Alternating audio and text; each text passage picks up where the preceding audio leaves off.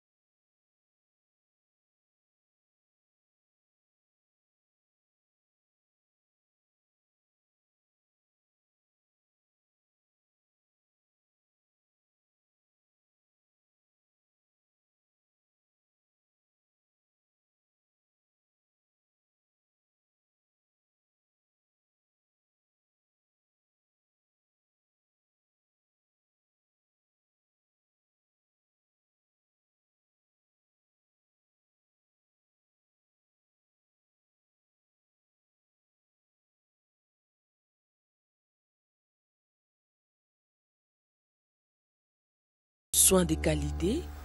Bon dimanche, merci de suivre MKBS officiel. Dans MKBS télévision. Merci beaucoup. Moussali Zali Makassi, Tozo Sala Mikoloyo, pour remettre l'antenne en place. Merci à Bande Konyonso. Na YouTube vraiment Bolimbisa. Je crois que moi, Mikolo et Sali, en tout cas, tout ça n'a signalé à la télévision, nos équipes.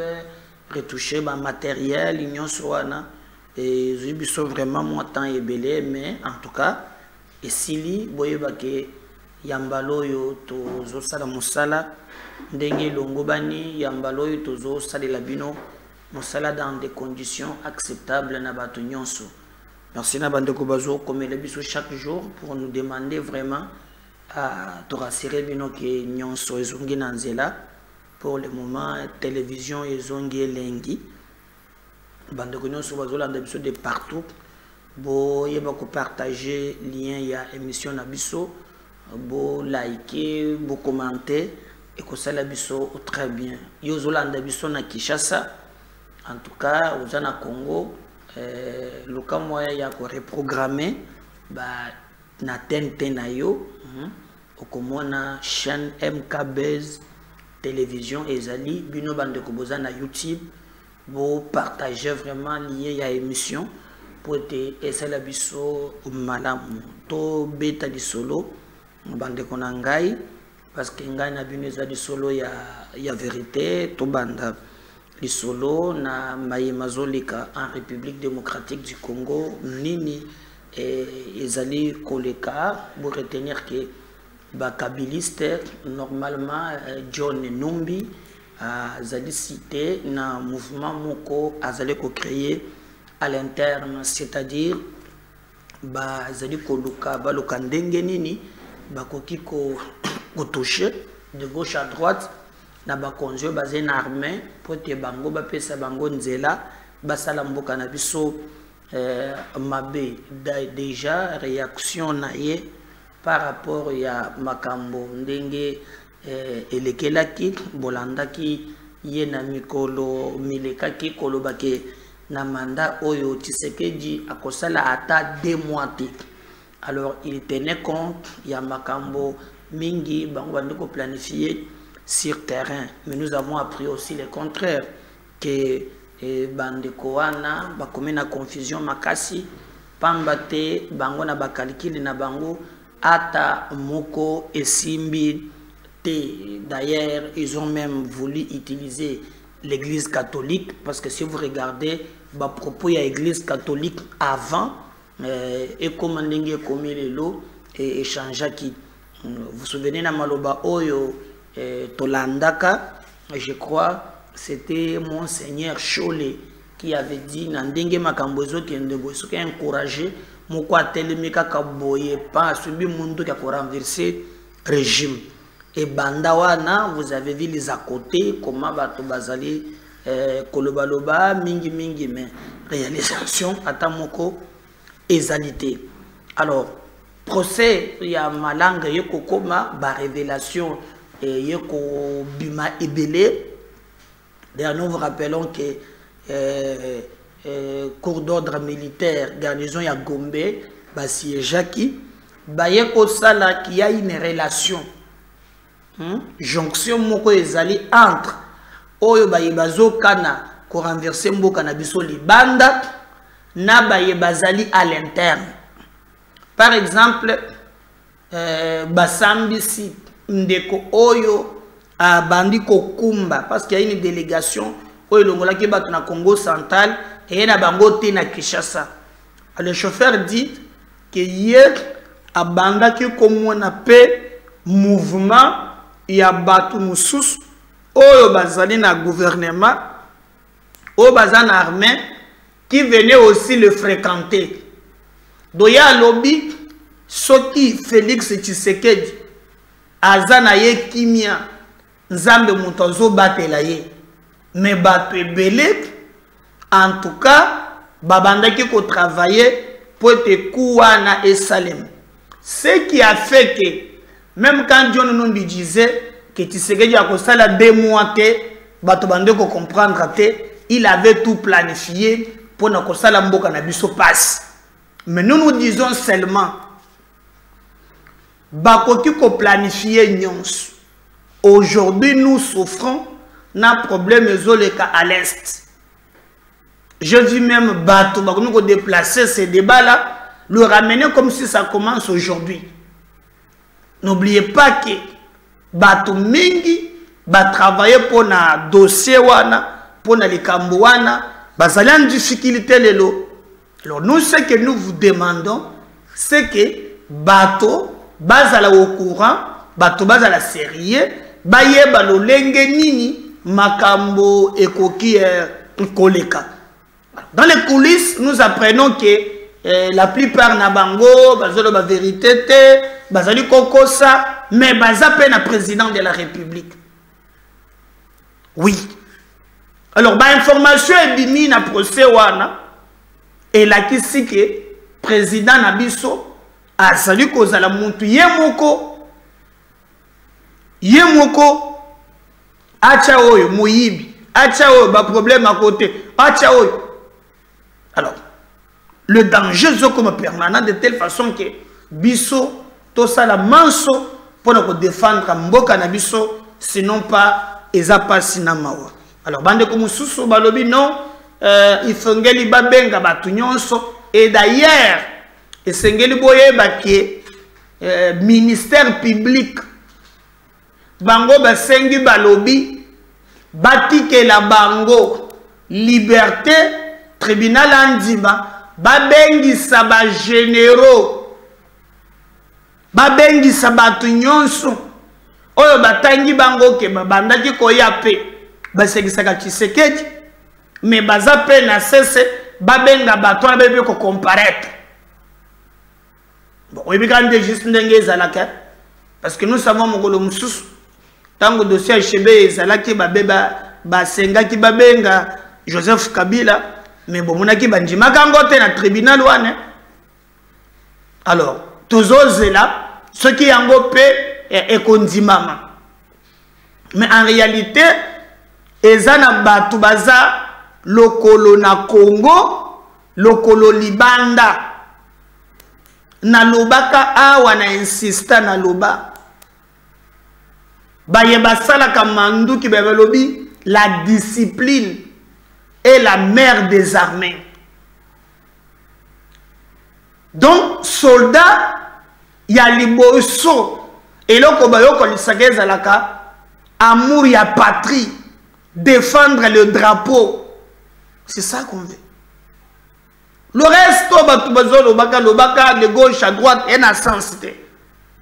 Ngana zomona te loko nini na mona kaba militaire na biso Rwanda ko pesa yo koleka ya mboka na yo moko. Ces pays on a souffert. Il y a d'abord compris la communauté internationale. Comment voulez-vous que vous dans mboka on décrète par les États-Unis à l'obio trêve ezali boko bundate. Mais en même temps nos drones biloko nyonso ezola qui sa comment les États-Unis azomona comment Rwanda azo renforcer ba militaire pe muntu akopekisa ya azate na landa ki même na conseil des ministres balobi o ndenge zawana le gouvernement azo dénoncé du fait que Rwanda allait respecter trêve oyo États-Unis à l'obakité. Mais quand les États-Unis parlent sa distance, quand Yabayonga c'est au Congo, les Rwandais continuent à le faire. Mais qu'est-ce que nous faisons? Vous avez vu le tâtonnement ou hésitation au gouvernement Nabiso et Zali Nango, même quand il s'agit d'attaquer Ouganda, il y a un goût sur roche. Nous devons nous battre, bande konangai. Mboka Nabiso, batubazom vouloir en gobaza est belé. Et ce qui m'étonne, Ezali, passivité dans la classe politique. Lorsque le pays est menacé, une partie à territoire national, Ezali menacé, et Sengeli totia de côté nan Bamakambo Nabiso. Mais aux hommes, au contraire, bay oyo baza banguna ya Congo, ndenge nini bazo travailler pour déstabiliser mboka na biso. Ko déstabiliser mboka na biso. Nazo yoka mikolo yo que non branche moko ya bayam 23 bazo solola pour être babanda mouvement wana na dilolo donc ota bakatanga wana ezana batoyo baza prêt ya collaborer na bango bakote la kuna ndenge basalaki ba mouvement moko ya bakata katanga. Il y a des gens au bazoka na ke bandako na bango ba botoli ba mapango na bango ba botoli bango baza prêt pour collaborer, même s'il faut ennemi à côté de Dilolo, les informations comme Elibisu. Oui. Depuis longtemps, ça dit Bagatakatanga, Basala Boye, Boyna Boye. Et aujourd'hui, Basali Kolinga, Basala poche en insécurité, Bala Moussayango. Vous savez que Ngana Landaka, quand j'ai vu Nani à l'époque, Asia Koufazali Sousouté Kazembe Tato Mogwazala Kiwana Yepa Mwana Kali Sousouté a créé triangle de la mort. Je donne le Kyungu a créé le mitoile de voilà triangle de la mort. Bazo Katabat même mon toit 47 ça la tienne médaille na Kingo. Abomi mon toit juk a passionné mon toit tient na Mutakala. Batcheboui. Et il y avait des enquêtes. Un beau matin, pour le Mokaka Boy, quand je me suis gouverneur, tout le monde a mouton à Bimi, n'a polo moulaï n'a pas genou. Tale longa kene na mande filiboso, a comme chikata. Et aurait récupéré moutouana, ba pesa yendako. Quand j'étais le Mumbashi, ngamoko na leka. Na mon andak batena ba militaire. Et on lui paye à la fin de chaque mois. Mais les lots, parce que va rééditer exploit, ils sont à Dilolo, banda les sous qu'on crée ces mêmes individus au bazana le koso. Après ce qui va se passer au bakatangue totalement nous les unions des jeunes ceux qui ne dengenini pour manipuler les autres. Bandeko nanga bako sabinote. Paix et les quignons. On sait quand ça commence, mais on ne sait pas quand ça termine. Voilà le même discours de votre bazolo balelo. Bayebi ce qu'ils ont fait du Congo. Et cette histoire, quand on nous impose en 1994, avec ce qu'on appelle l'opération turquoise, Tshisekedi n'était pas président. 97. Je vois les gens qui crient ici sans crainte. Mais ici boulevard. On est infiltré jusqu'à la moelle épinière. Comment vous avez un mboka? Bozana ba militaire na Tongo. Na pourquoi? Bawana ba se retrouver dans Gambous. D'ailleurs, on me dit même que Ezaï na bato bazana union sacrée. Ba musu baza ba ministre. Mais ba président ba fédération ba parti na Nord Kivu, ndelo commune na M23. Ba kisi moko kuto commission ki bourgmestre. Oh ya commune oyo ba botoli na ba Rwandais wa. Mais fait partie d'un regroupement politique d'un leader qui est actuellement à l'Union sacrée. Azapé par ceux qui ministre ande basolo. Donc, je peux vous dire seulement que tu as tiré beaucoup d'attention. Tu as tiré beaucoup d'attention. Bon, on a dit dernièrement, Edi Kapen, na Jean-Claude Mouyambo. Mais, bon, il m'a gamba solo la guitare. N'est-ce pas, bon, on a dit qu'à la mingite, balo Edi Kapen na longo na Lubumbashi, aya wana Kishasa. Oui, ma gamboyelaki. Et comme dit, oh non, Dengezawana, Sengeli, Kolongola, même Edi Kapen à Lubumbashi, autre, il a trahi. Moi, j'étais à Lubumbashi. Les gens qui battent, depuis ailleurs, qui m'est zongi. Moi, j'étais en ville.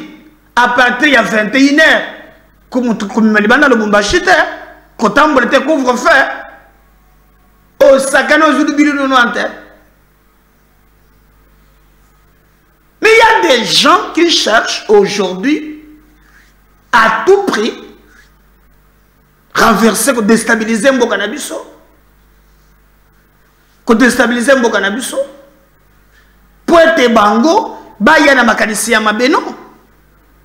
Bonzela, tosi toyokani, tolebina mboka na bisoboy, na constitution oy, moto akolinga, akoma président, et sengeli aleka na nzela ya maponami. C'est clair? Aleka na nzela ya maponami. Le reste, on va voir. Mais ce qui mandé en cours, oh, bisoba tu as du lolo, oh, bisoba tu as badjon nombi, oh, bisoba tu as sotinani, to sala méthode, to la mousse. Et vous complotez namba mususu avec lesquels tu sais qu'il y a tomboli. Tango zolanda batuma kambo zoleka na procès wana. Osons comprendre que plan est Moussika.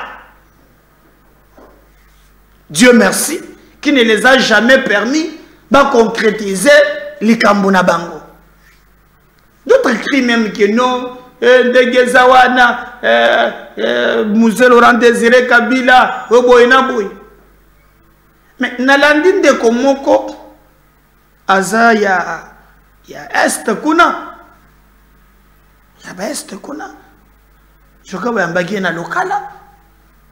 Je l'ai entendu expliquer même. Mythes. Même na fondation Moussé Laurent Désiré Kabila, même na Babylone comme Moussou Zoleka wana, pour comprendre que non, le Rwanda est là qui vraiment va consacrer Yango à wana Kinshasa. Quelqu'un m'a appelé le président Médard. Ils ont un immeuble, ils ont na ville out. Abi na ville wana kaka ba Rwandais na ba Rwandais. Parce que yo individu oyebi. Et bongo ba service na so ba yeba kate. Bango na bango. Netrobe na Kinshasa ndako moko zui moto bandomba ba chinois. Moto na ebisio moto ba chinois ba mikuna tala ba chinois ba frappe plein na kati. Ndako zui moto. On m'a dit que c'est ndako moko za na boulevard kaka. Ba Rwandais na ba Rwandais. Ba yaka wana plein. Ba musuba ko sako ba kia ONG musuba to kataka ba soki ba nini wana ONG. Mais ba ye ko explorer mboka na biso.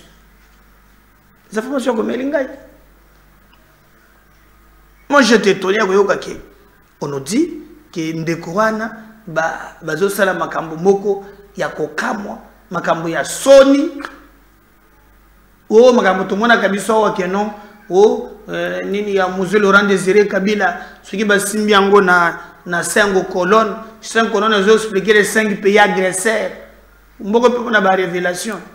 On a demandé fondé sur la Siniboye, les moi, ce qui me dégaine. Encore ici, ceux qui ont échoué, problème exact, ceux qui ont réussi. Comme Bambé, Colombo, Boyo, Zolo, Anatalabi, Amuzombo. Zombo, tu as fait la gamme, tu as fait Fungurum.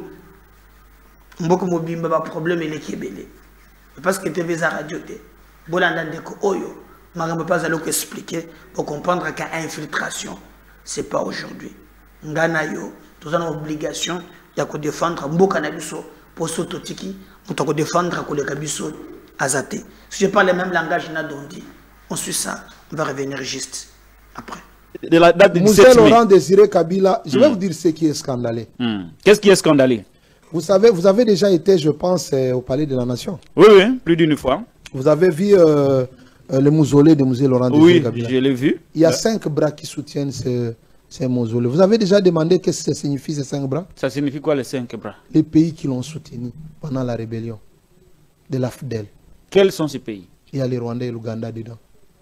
Et devant le bureau du chef de l'État, vous y mettez les symboles du Rwanda. Les symboles du Rwanda. Retenez, mais à quitter cette émission, allons avec vous. Je paye les transports pour vous. Qui vous a dit que les 5 représentants? Je vous amène là-bas. Monsieur le journaliste, vous êtes un journaliste de proximité reconnu dans ces pays.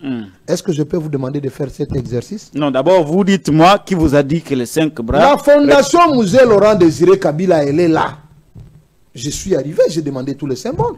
Et c'est tout le monde qui passe là à qui on dit la même chose. À qui on dit la même chose. Je vous rappelle, quand vous célébrez, Musée Laurent Désiré Kabila n'est jamais venu plutôt. N'est jamais venu avec l'AFDEL. C'est l'AFDEL qui est venu avec lui. Ah, Musée n'est jamais venu avec l'AFDEL. C'est l'AFDEL qui est venu avec lui. Comment ça? Musée Laurent Désiré Kabila suivait Mobutu Roi du Zaïre. C'est un documentaire qui existe et je pense qu'intellectuel que vous êtes, vous devez déjà avoir écouté. J'ai regardé plus d'une fois ces documentaires. Oui, oui. Ouais. Musée Laurent Désiré Kabila a été recruté par Massassou Nindaga, Kisassou Ngando.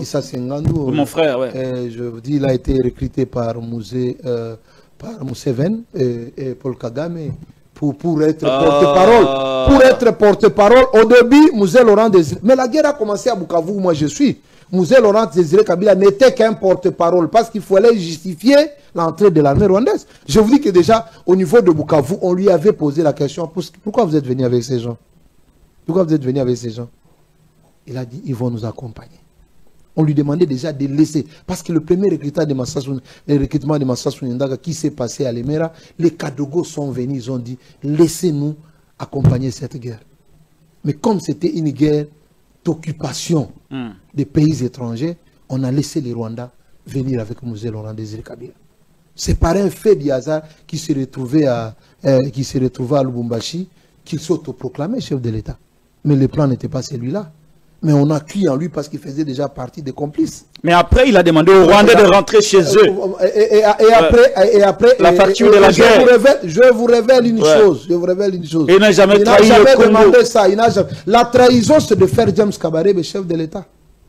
Il y en a beaucoup. Chef d'état-major. Chef d'état-major général des Mais après, il les a demandé de rentrer chez eux. Permettez, un homme Si vous réveillez M. Laurent Désiré Kabila aujourd'hui, vous lui dites que vous êtes venu chasser Mobutu pour un troc de 15 millions de morts, pour échanger avec 15 millions de morts au Congo, parce que le terme troc n'est pas vraiment à sa place. Est-ce que M. Laurent Désiré Kabila... Ce n'était pas ça son objectif. Sera fier de cela. Non, ce n'était pas ça son objectif. Si vous lui dites dans toute guerre, il y a des morts. Si vous lui dites, Monsieur Kake, dans toute guerre, il y a des morts. S'il vous plaît. Oui. Mais vous savez, 15 millions de morts, c'est le Congo-Brazza. 15 millions de morts. Vous savez que vous voulez exterminer tout le monde au Congo-Brazza. Vous avez 15 millions de morts. Donc M. Laurent Désiré Kabila vient avec l'AFDEL, recruté par l'AFDEL pour se faire complice de ces gens, de ces agresseurs. Il arrive au Congo, quand il va au Cuban. C'est Fidel Castro qui lui dit qu'il y a un coup d'État préparé. Il est rentré et il a chassé les Rwandais à cause du coup d'État. Et moi, je vous dis que le Français le savait déjà, que Mobutu mourra dans quelques mois. C'est comme ça qu'on a commencé une guerre à l'est de la République démocratique du Congo pour empêcher à Étienne Tshisekedi d'accéder au pouvoir après la mort de Mobutu. Parce qu'ils ont vu que ça sera l'entrée de la démocratie et le pays sera bloqué. Le pays sera bloqué. Donc la guerre a été créée juste pour empêcher le vieux Étienne d'accéder au pouvoir après la mort de Mobutu. Tshisekedi, qui a vu son frère arriver ici, il lui a dit, débarrasse-toi de ces gens, paie la facture, il a refusé. Étienne Tshisekedi a été envoyé au village à cause de ça. Donc, comment vous pouvez prendre ça comme étant sa position alors que c'était un complice au départ? C'est quand il a senti que sa vie était en danger qu'il s'est débarrassé de l'armée rwandaise en sacrifiant 70% de la population congolaise qui est restée payer le prix. Et si vous voulez m'accepter, c'est de votre droit ou vous pouvez laisser. Je vous dis que le CNDP, c'est le petit-fils de l'AFDEL. Donc de l'AFDEL, on a eu le CNDP. Du CNDP, on a eu la guerre de Kunda et puis on a eu M23-1, on a eu M23-2. Donc quand vous parlez du M23, n'oubliez jamais que c'est le petit-fils de l'AFDEL. Maintenant, quand vous fêtez le 17 mai ici, mais vous remerciez les pays agresseurs.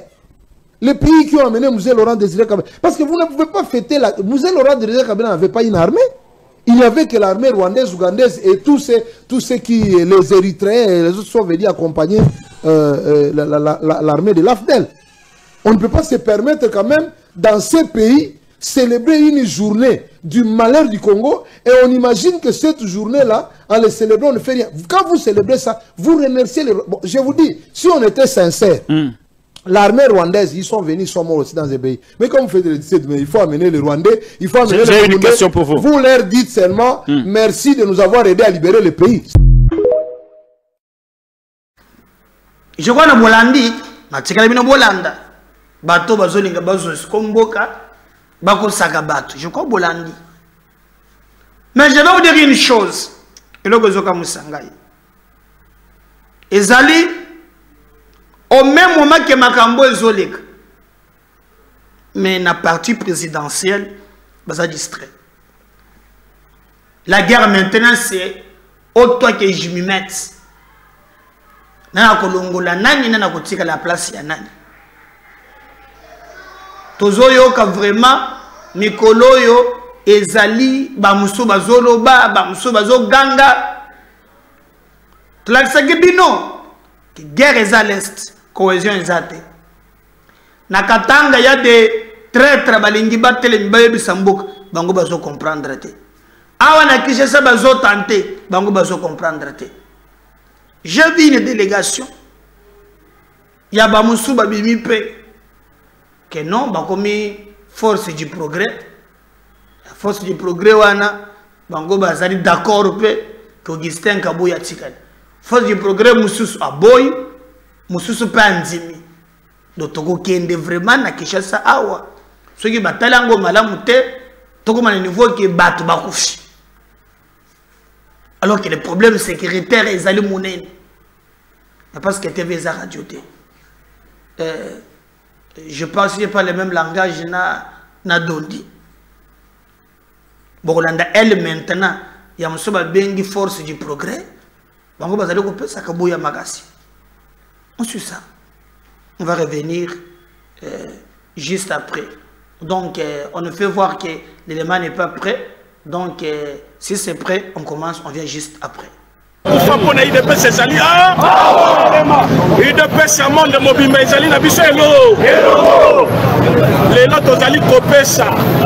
Officiellement, c'est Cadena.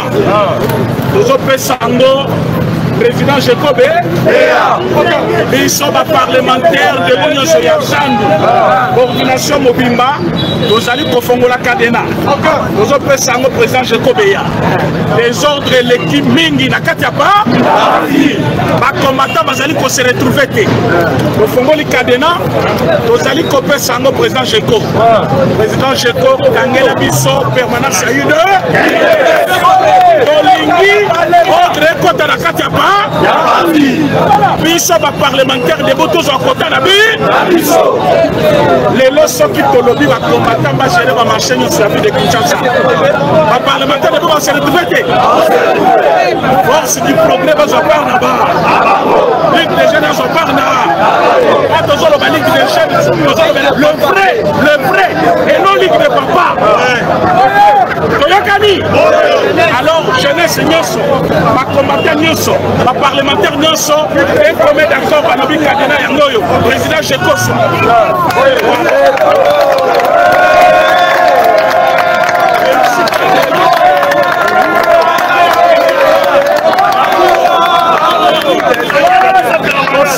président de la République, chef de l'État, avec beaucoup de respect, référence. Oyoka Kabaz na Genève, le losa président de la République. Moi, c'est que nous avons une erreur. Tout le monde dit que la partie a un papa. Nous désapprouver M.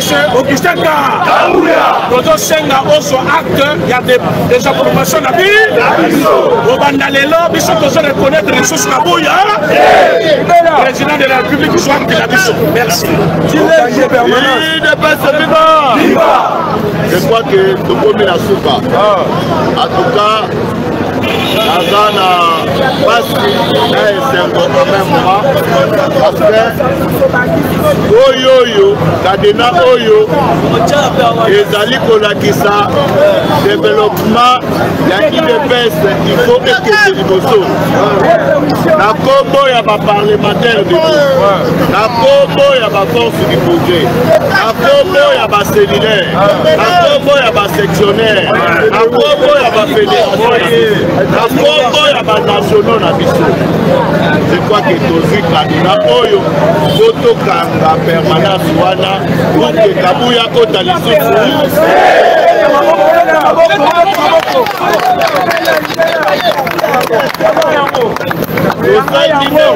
coordonnateur Awa Alobi, la président de la République.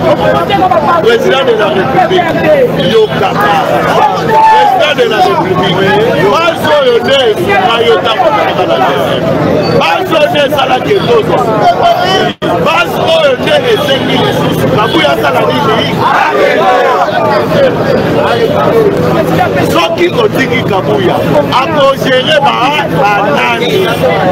Voilà pourquoi Kadena Oyo, aussi Yango, la Congo ya Mikolo Nyonso, Oyo et Sangari Awa, Tozali na Bakongo Awa, Tozali na Baluba Awa, Tozali na Swahili Awa, Tozali na Bakala. Il ne passe viva! Viva! Bon week-end à tous! Merci! Donc, vous avez mis sur le coup de la cadée. Vous allez la presse, mais vous avez est-ce que vous avez est-ce que vous dites que vous avez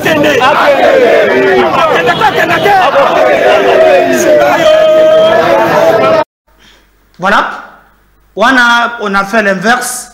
Tous les gens ont menacé Kabouya, mais regardez le groupe Moussoussou maintenant, ils vont soutenir Augustin Kabouya. Et vous savez, on suit ça. On a bougé. Ce n'est pas à un vieux singe qu'on apprend à faire des grimaces. Nous sommes au siège national du parti sur 11e rue Limité dans la soirée de ce samedi 20 juillet. Cette autre foule en soutien au secrétaire général de l'UDPS faisant fonction du président Haï est composée de membres de la force du progrès. Ces enfants terribles de la maison, signés persistent. Pas question de boycotter les conclusions du tout récent congrès extraordinaire du parti. Néanmoins, La force du progrès de l'UDPS sollicite l'arbitrage de la haute autorité des références. Le secrétaire général Augustin Kabouya a été choisi par les congressistes. Un groupe d'individus ne peut pas s'arroger le droit de fouler au pied la volonté des congressistes au profit de leurs intérêts personnels. 3. La force du progrès réitère son soutien au secrétaire général Augustin Kabouya, seule autorité choisie par la volonté de tous. Nous prions au chef de l'État d'appeler les uns aux autres au calme, car les enfants d'une même maison ne peuvent pas la force du progrès de l'UDPS sollicite l'arbitrage de la haute autorité des références. Toutefois, ces gardiens du temple de l'UDPS ne manquent pas de mettre en garde tout individu, qui qu'il soit, qui se permettra d'attaquer la permanence du parti. Nous mettons en garde tout politicien mal en positionnement qui fera le déplacement du siège national du parti dans le but de semer la violence et la désolation, car il trouvera la force du progrès sur son chemin. Conscient de la grande responsabilité du parti, celle de travailler pour la conservation du pouvoir, le secrétaire général de l'UDPS faisant fonction du président haï du parti, Augustin Kabouya, avait lors de son communiqué signé en date du 17 juillet 2024, exhorté toute la base du parti à rester unie et apporter l'appui nécessaire au chef de l'État dans sa lutte, notamment contre l'agression et l'occupation d'une partie de l'Est de la RDC par l'armée rwandaise et ses supplétifs du M23.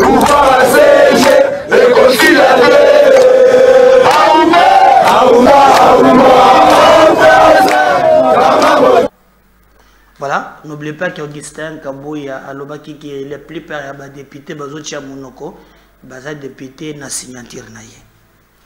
Vous partagez le lien, vous s'abonner.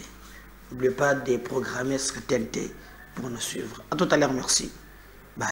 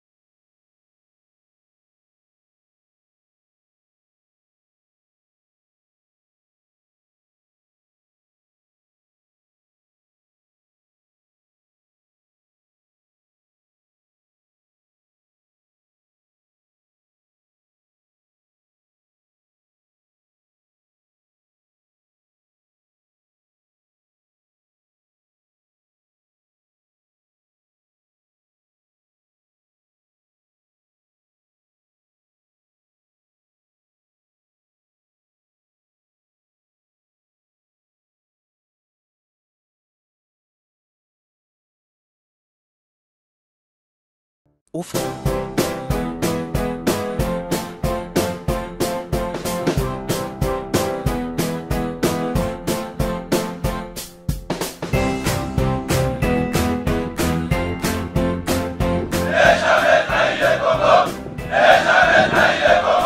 La RDC est une et indivisible. De la population et de tout le monde, c'est qu'il faut tout arrêter pour faire face à cette situation.